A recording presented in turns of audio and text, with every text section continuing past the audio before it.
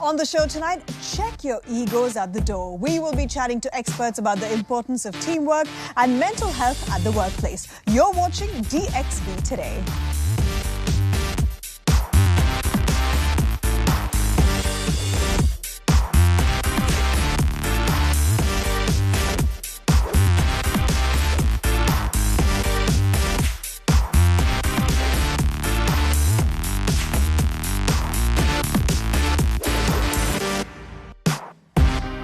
Welcome to DXB Today. Tonight we are celebrating the power of self-reflection and awareness. It's World Ego Awareness Day. What a day to celebrate. And by raising awareness about the ego, its effects as well. We are able to help people improve their empathy and, of course, their interactions with others.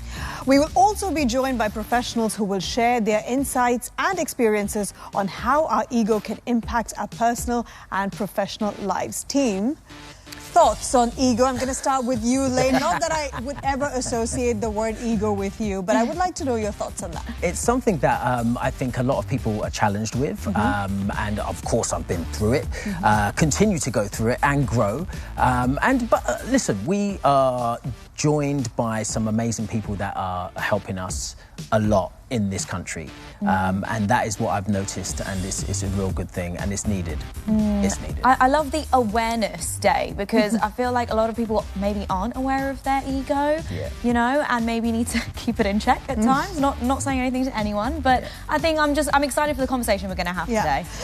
My personal take on this is that I think it's important to have a healthy amount of ego. I mean, let's face it, we're not monks, and we have our experiences, our past traumas, our daily struggles and stresses. So having a healthy amount is good because there's nothing wrong in feeling important. I think it almost propels you to want to achieve success. But having said that, if there's too much of it, that can affect the way we treat others, our mood swings. If we're constantly the victim, that's when the problem arises. But we will ask the professionals to elaborate on this a little bit more. I like this. This is going to be a good show, isn't it? Let's get on. Only started, Lane. Only getting started. And today's guest co-host, who's going to help us and to remind us how to prioritise our personal growth and work towards becoming the best selves that we can be. Let's find out who our guest co-host is tonight. Hi, I'm Scott Armstrong. I am the founder of Mentl, and I'm delighted to be back as a guest host on DXB Today. Scott's passion for mental health advocacy and his entrepreneurial spirit has been instrumental in creating the platform that is making a positive impact in people's lives. And we're going to hear more about this in just a minute. But now we turn our attention to a brand that is improving the way people work and live. Check this out.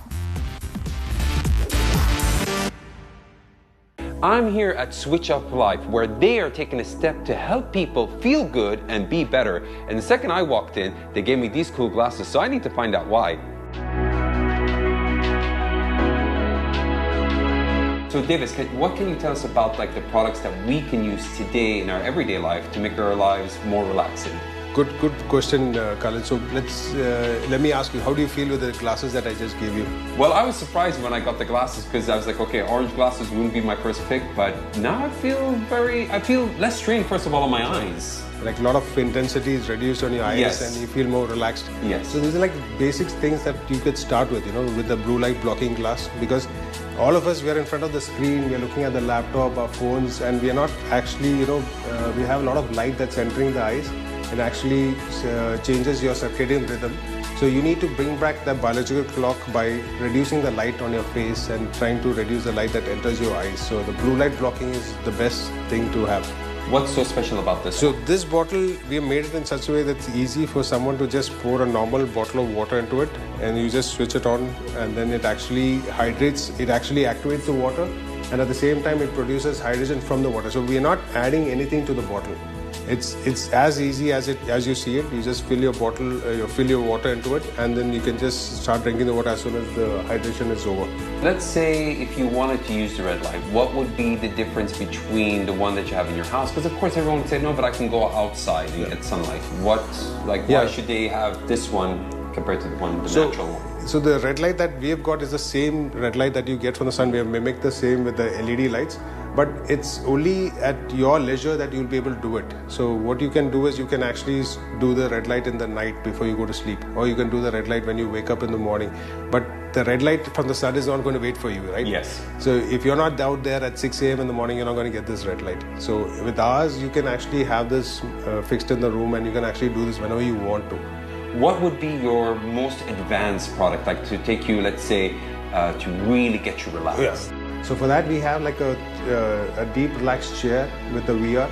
It helps you cut off from your daily activities and keep you in your own self state where you can actually start meditating and you can start focusing on your body and your mind. And this kind of relaxation is only possible when you are able to cut off from your daily activities and thoughts.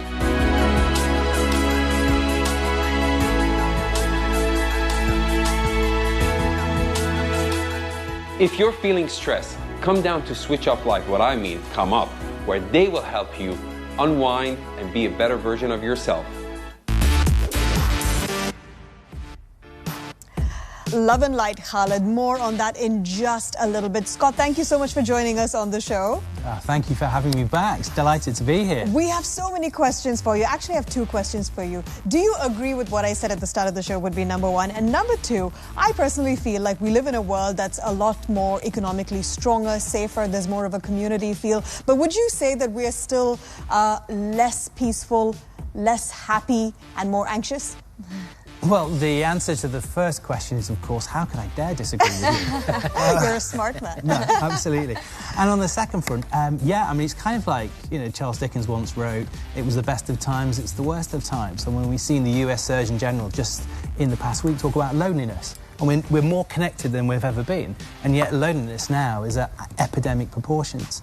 In the US alone, it's costing businesses billions, and they now say that it's as powerful an impact on our physical health as smoking every day.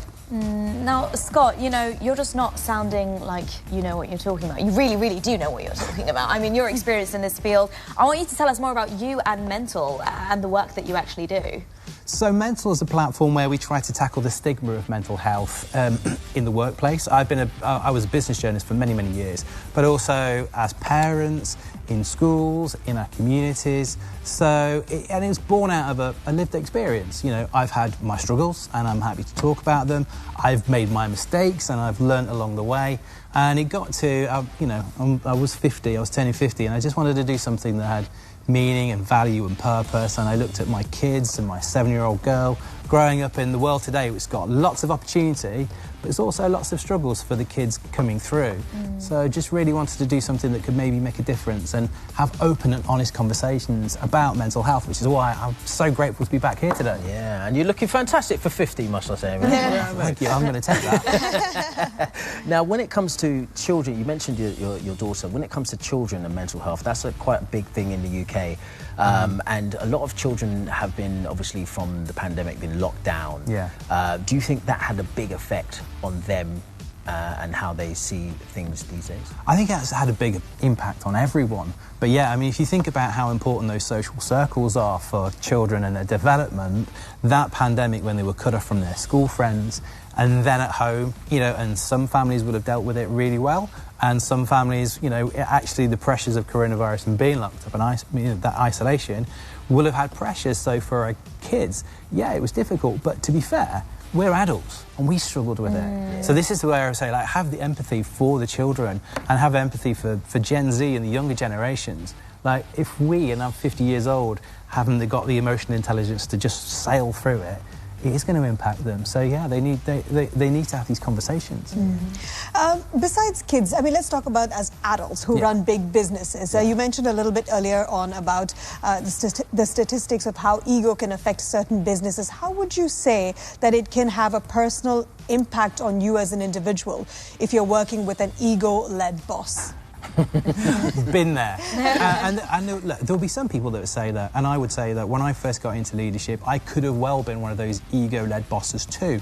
And it took me a while to learn, to get the confidence in that leadership position to go, do you know what, it is okay that I don't know everything, and it's okay to be vulnerable. But my personal experience, and I've worked for 33 years, so there have been toxic leaders in there. It's been to the point where when the phone went off with a message, my entire body would tighten. It was a physical reaction. They got to the point at one point where I was trying to get to sleep at night, and I could imagine the boss in the corner of the room glowering at me. Such was the pressure, because we've kind of got into this. I don't know when this happened, but all of a sudden, work is more important than our life, our health, our family. You know, it gets all consuming. And when toxic bosses, when those ego-led bosses are in your life, it doesn't matter how resilient or experienced you are. And when this happened to me, I thought, you know, I've been around a bit. So I was surprised that that was my reaction. It took my wife, who's a very strong Lithuanian woman, to sit down and go, can't go on. And you're right, that the professional really kind of oozes into the personal. I mean, there's a term called Sunday scaries, yeah, absolutely. right? Where people are feeling super anxious on Sunday, they know they're about to go to work on Monday. How can that be tackled, and how are we aware, first of all, that we are actually going through the Sunday scaries? Well, I think we all know that we're going through the Sunday scaries. You know, it is that anxiety. Are you already thinking about work on the Sunday when you're actually supposed to be, that is supposed to be your limited downtime from work? And as you say, we're in this much more blended, we talk about work-life balance. That's almost a bit of a myth these days, in that how do we separate work from, you know, and what happens at home you bring into the workplace, and what happens at work you bring into the, you know, bring into the home. So we do need to develop this better relationship and this better understanding, and we need downtime. Burnout figures through the roof. We need to be able to relax on a weekend. Well, but this is the wonderful thing. You see a big change in global dynamics when it comes to work-life balance.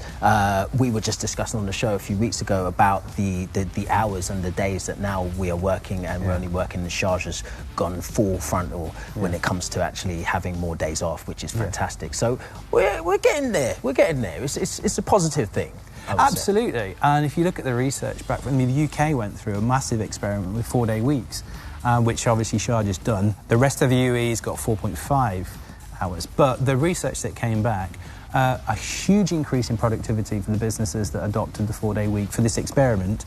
88%, I think, of the businesses that were in it said we're keeping it. Massive drop in absenteeism, massive drop in sick leave, and a huge increase in staff and talent retention. Brilliant. So huge positives from re-examining the way we work these days, because this 9 to 5 that we've had, it's been around for 100 years. Henry Ford brought it in, and when he brought it in, it was supposed to be a way of making our lives better then, because people were working 6-7-day weeks.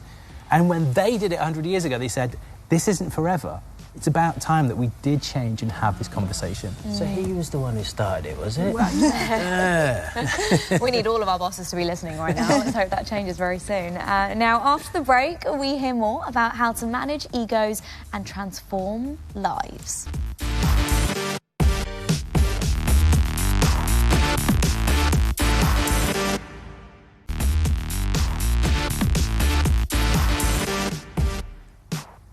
Welcome back. Our next guest is a transformational coach who has dedicated her career to helping individuals create meaningful and sustainable change in their lives. Please welcome Helen Pleic to the show. Helen, thank you so much for joining us here on the show. Thank you. I'm excited to be here. Can you tell us a little bit about yourself in terms of your career and what you have done to help others transform their lives? Yeah, so in terms, I have a background in business. I used to work in luxury and sport fashion brands as a VP, and what I realised is that a lot of people want leadership and they don't necessarily take it upon themselves to do that. And one of the things that I used to do is every week I would just sit down with my entire team. I'd cram 25 of them into a room and we would talk about, you know, confidence and presentations and all those sorts of things. And then I decided to do something a little bit more meaningful, get out of the luxury fashion game and to really help people one-on-one, specifically using hypnosis, because it's very effective at getting people's trauma out of their system and not reacting. So. Wow, well, there's something that you actually use. It's rapid transformational therapy. Can you break that down for me? Because it sounds terrifying to me, but I'm sure it isn't. It's not. So a rapid transformational therapy session is all about getting really clear on the outcome it is that you want to achieve. So if somebody was coming to me and they had like anxiety and they had some confidence issues, then the session would be 2 hours and you would go through a process where you would be hypnotized for an hour and a half. And you would go back to events that have the same feeling and the same meaning behind what's causing the anxiety today. So let's just say somebody has a boss that's very sharp, they're not warm. people often might go back to being at school and needing to present, and when they're presenting to a CEO or a VP or a manager, they go back to that event where kids were laughing at them. And this is what happens. We're in a region where we're not in our familiar environments. So when you're not in your familiar environment, your nervous system begins to get like a little bit unsettled, and then you have a bad meeting, and then it results in people having anxiety and having a negative narrative around how it impacts them. Wow. I'm trying not to be triggered by this conversation. But, I mean, so the work you do, how does it actually help the individual then transition to a better space? So when you're in the workplace, you're either going to react or respond to a situation. Yeah. And when your body is calm and you realise, actually, I'm an adult now, I'm here to create a win-win situation. And this is what I tell all my clients.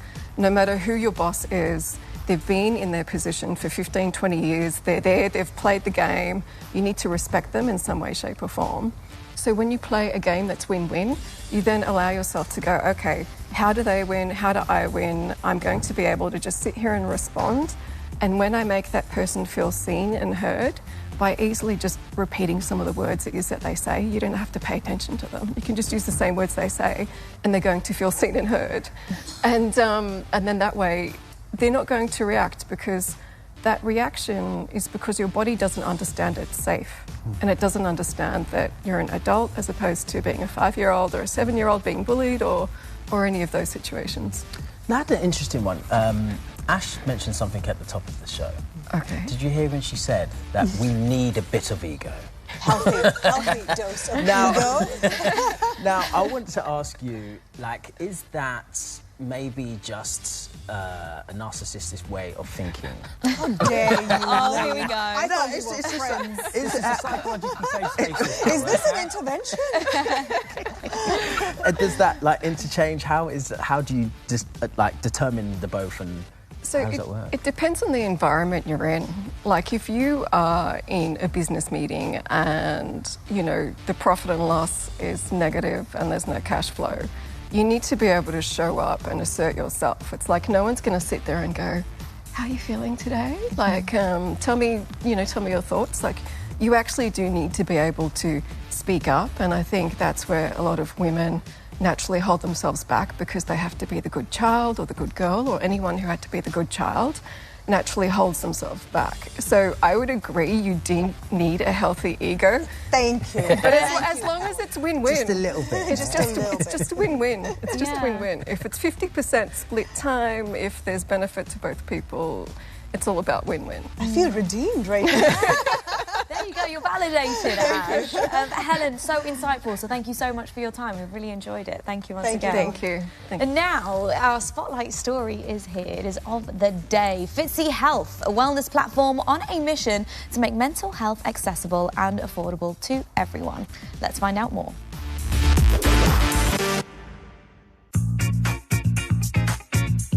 I'm Akib. I'm the co-founder of Fitcy Health, and so is my co-founder over here, Abdul. What led us to start Fitcy Health? So I had a family member who went through depression, and I was living with my family member at that time, and it was just a very difficult time in my life. And I saw the change in my family member after they started going to therapy. And Abdul had a similar experience in his life as well. And it really came down, we asked ourselves the questions, what happened if we could be the last people to see someone in our family go through depression? And that question kind of led us to starting Fitcy Health. So we're trying to make high-quality mental health care easily available, accessible, affordable, and something that's easy to stay consistent with. Building a startup that's not been done before is very challenging. It's like finding the right people, getting them motivated onto the same page, the same mission. They say that building a startup is like jumping off a cliff and building a plane on the way down. So our goal is to become the largest mental health platform in Asia. We're starting an initiative called No Mind Left Behind, in which it doesn't matter who you are, where you're from, and whatever your financial background is, you can always get help from Fitcy Health. Our goal is to reach over 100 million people in the next few years with this project. So when we read the feedback that we get from our customers, it's actually mind-boggling. We're helping people all the way from teenagers to grandmothers who are coming to the platform for mental health help. When we get great feedback from our customers, our team shares that internally, and that's what really pushes us and drives us to go further and help more people. Oh man, there's so much to do here. In one day, I think, take a quiet, breezy walk by the beach, enjoy some of the local foods on Kite Beach, take in all the vibes. It's, I think, one of the best spots in the city. That's pretty cool. Another essential app, I would say. Right now, it's time for the Daily Roundup, and we have our very own Ash, who's going to be discussing the trending topics of what's going on.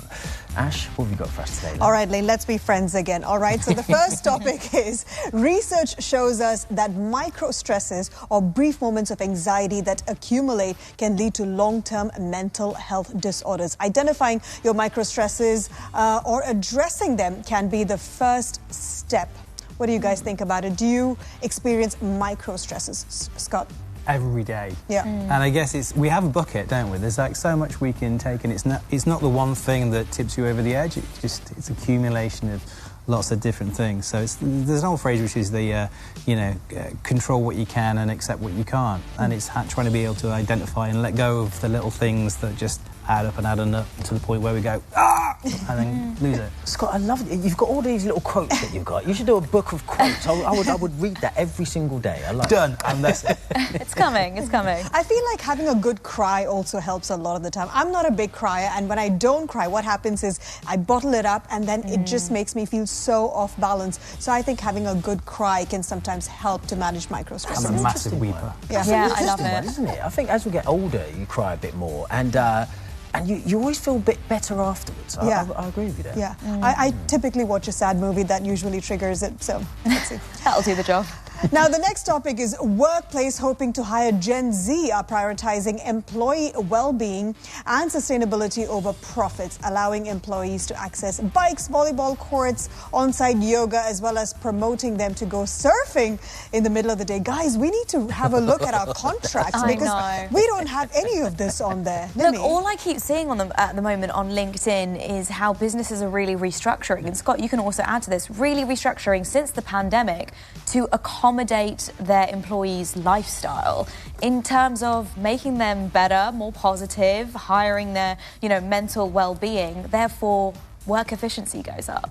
Well, they absolutely have to. I mean, if they want to attract talent, which is the only sustainable thing that will ensure they have a future, they've got to get the Gen Z talent through the door. And the facts are, we are losing here in the UAE through disengaged employees. The number is $1.175 million an hour. No. The world is losing billions of dollars through disengaged employees. So it's really a wake-up call for employers that they need to create this culture of inclusivity to attract in the talent, because we've got the talent, the Gen Zs have got so much opportunity out there these days. They don't need to go and work for a company. They can use AI and create their own businesses. Yeah. So it's a conversation not whose time has come. We're actually late to the conversation. Businesses need to wake up. If they want Gen Z, if they want the talent, that war on talent has been lost by the employees. Talent has won. I've heard Gen Zers now are actually, when they go to a work interview, they say, what can you do for me? Oh, yeah. Yeah, if you want me, what can you do? And I think that's a great way to put it, because it's what Helen spoke about earlier. It's a win-win situation. Yeah. Well, what I love about them is they've got the courage to change the conversation in the workplace. Now, do they go too far sometimes? Yeah, perhaps. But hey, we need that conversation to happen. Things are supposed to get better.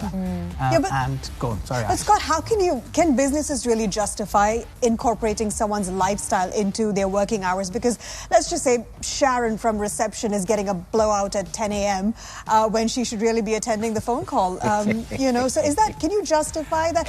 I think that's why Gen Z don't like to make phone calls. That's why they prefer to text. Yeah. Sharon can get a blowout if at 10 Sharon has confidence, when she has her hair done, it gives her confidence. That's going to make her a better person, right? Well, look, an engaged employee is a better performer. They're more productive. You say, how can they justify? Actually, I say, how can you justify not these days? Because ultimately, how many companies are going to ask us to lean in on a Saturday or a Sunday or after hours? We're in this now fluid situation where working hours have changed, but also it all comes down to culture. If you've got the pool table there, but everyone's terrified to play on it, what's the point of the pool table? If you're toxic, if you've got a toxic culture, yoga's not going to sort that out. You have to drill it down to the leadership. How does your employee feel? Are they listened? Are they heard? Do they have purpose? Do they have meaning? And we know the Gen Zs, one of the things they want is purpose and meaning as much of, or even less than wage. Money is not what is important to us. That day where we go, yeah, you pay a wage, you work for me, so I now own you, it's gone. Absolutely, and I think it's the value. If you give them that value, they're going to want to just work even harder for you. Absolutely. Thank you so much, Scott, for that. Right now, though, it is time for a quick break. When we come back, we talk with an expert about how to improve our work culture. Don't go anywhere.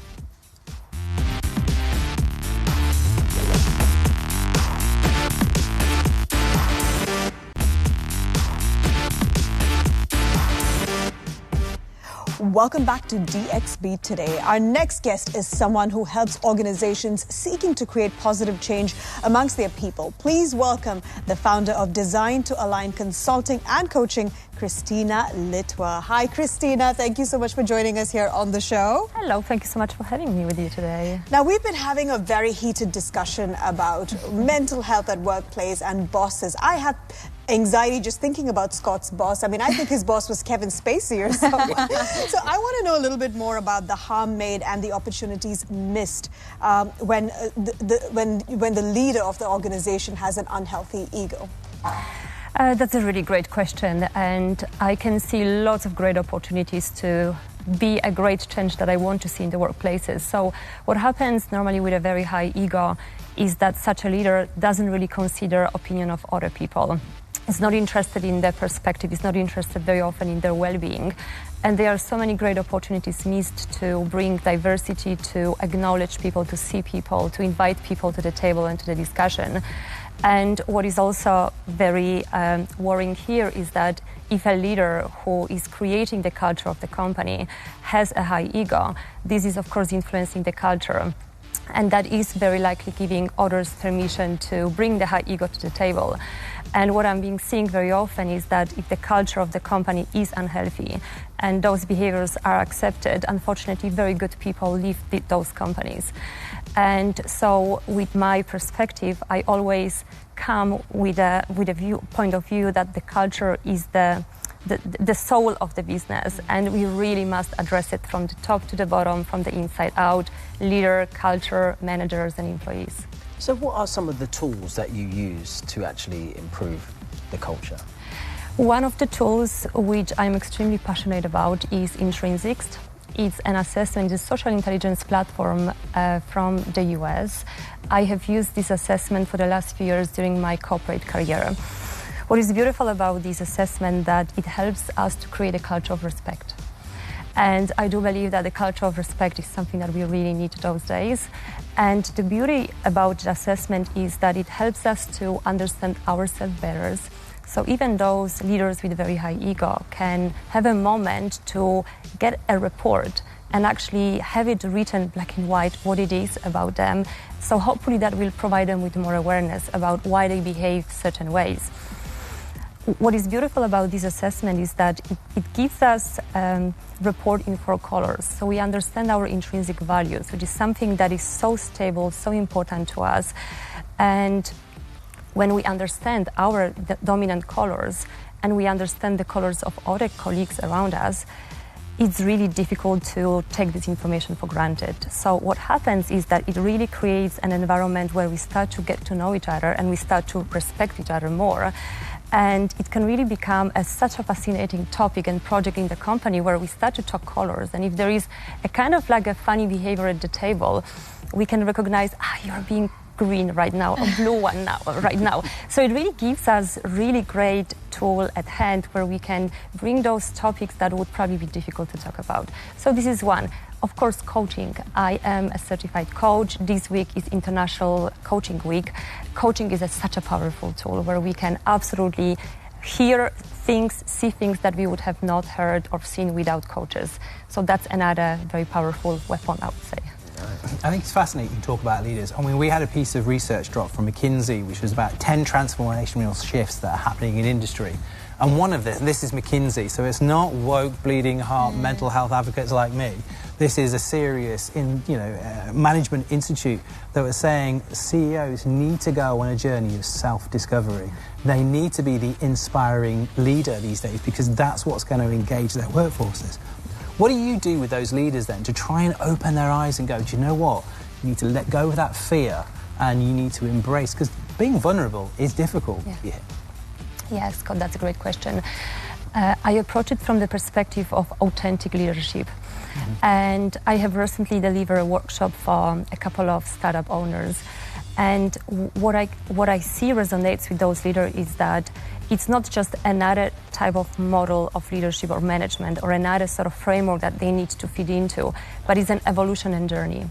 And I think that when we look at our development as leaders as a work in progress, an piece of art, work in progress, it becomes more comfortable to be vulnerable and talk about our areas for development. And also when we start to talk about our own mistakes, our own shortcomings, it opens up opportunities for others to be vulnerable as well. And with the current dynamics in the workplace, and Scott, you brought a couple of statistics, and there is so much data available, there is so much pressure on leaders. And the more they can work on themselves, the more they can become more aware of who they are, the impact they have on people around, the more they can develop leaders around them, and the better workplaces they can create. I love that, Krystyna. Thank you so much for your time. Everyone is just so zoned into you. Right? I will stay here for a bit longer so you can know more. Thank you, Krystyna. Thank you so much. Scott, over to you. You are absolutely no strangers to this. DXB in 60 seconds on the clock. You know how it works. We're going to ask you as many questions as possible, okay? And you want to top the leaderboard. I'll try. Ready? In 3, 2, 1. Scott, what is the purpose of World Ego Awareness Day? Is it to promote egocentrism or raise awareness about the ego and its impact? Raise awareness. Correct. Which brand improving people's work and life did we feature on the show today? Was it Flip Up Life or Switch Up Life? I say switch up life. Yeah, correct. How can we manage our ego in a healthy way? Develop a deeper understanding of our ego or suppress it completely? Deeper understanding all the time. Correct. What can employers do to support mental health in the workplace? Ignore it or develop mental health policies? Develop mental health policies. Correct. Which of the following is an effective way to resolve conflict within a team? Avoidance or collaboration? Collaboration. This is the easiest quiz ever. Which mental health wellness platform did we feature on the show? Was it Fitcy Health or BeFit? Fitzy Health. Correct. Which generation comes before Gen Z? Is it Gen X or Millennials? Millennials. Correct. What are the Gen Zs prioritising in the workplace? Well-being or profit? Well-being. Correct. Which people and culture consultant did we have on the show? Was it Krystyna Litwa or Ilana Van Zandt? Definitely Krystyna. Yeah, time is up. You did amazing there, Scott, with a score of 9, Scott. Yes. Wow. It's teamwork. It's teamwork. The leaderboard is up there, Scott, a score of 9. Well done. I mean, you're going to have to come back and try and top that once again. Absolutely will do. Amazing. Scott, thank you so much. Thank you. Thanks for being you. Great. Krystyna, absolute pleasure. Thank you so much. Great. Right, we'll be taking a quick break, but then when we get back, we have some lovely music. So stay right here.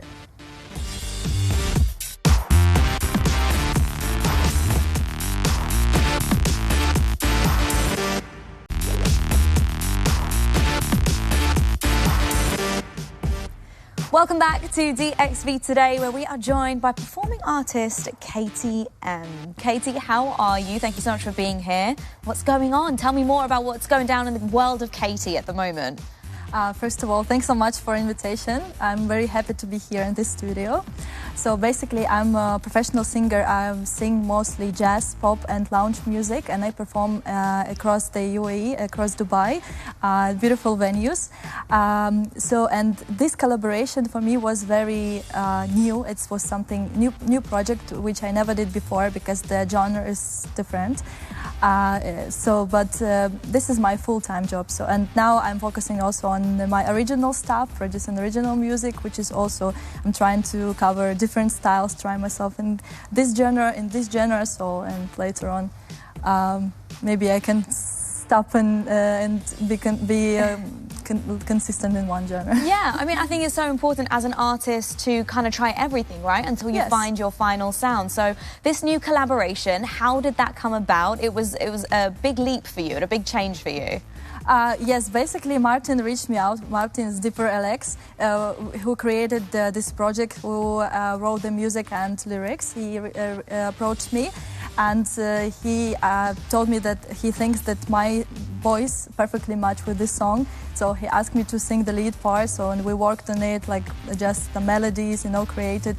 Like I tried to bring something from my side.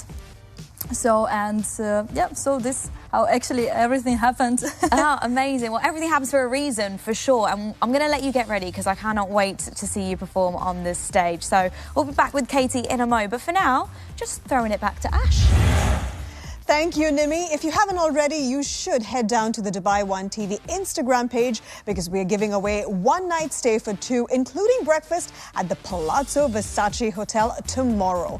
All you need to do is find the competition post and let us know why we should pick you. Can I enter the post? I think we can, right? And yes, indeed. And don't forget to hashtag DXB Today on all of your social media platforms as well to share what you want to say and what you want us to do, or you just want to say hello. Yeah, we love it when you say hello. What a great episode today. Yes. So insightful. What have you learnt today, Ash? I learned that I really want those Palazzo Versace tickets. Besides that, I think I need to, I don't know, perhaps work on my ego a little bit more, try and cry a little bit more to remove my micro stresses. What did you learn, Lane? Well, I like the tools and the tips and tricks that Krystyna was saying as well. I think a lot of that is really important for us to use. So we can say it, but it's actually how to do it, you know what I mean? And hang out with the experts a bit more. Yeah, I think I'm going to try myself a hypnotherapy session. Yeah. So I'll let you know how that goes for sure. But please do join us again tomorrow as we kick off the weekend. That's all from us tonight, but of course, over to KTM.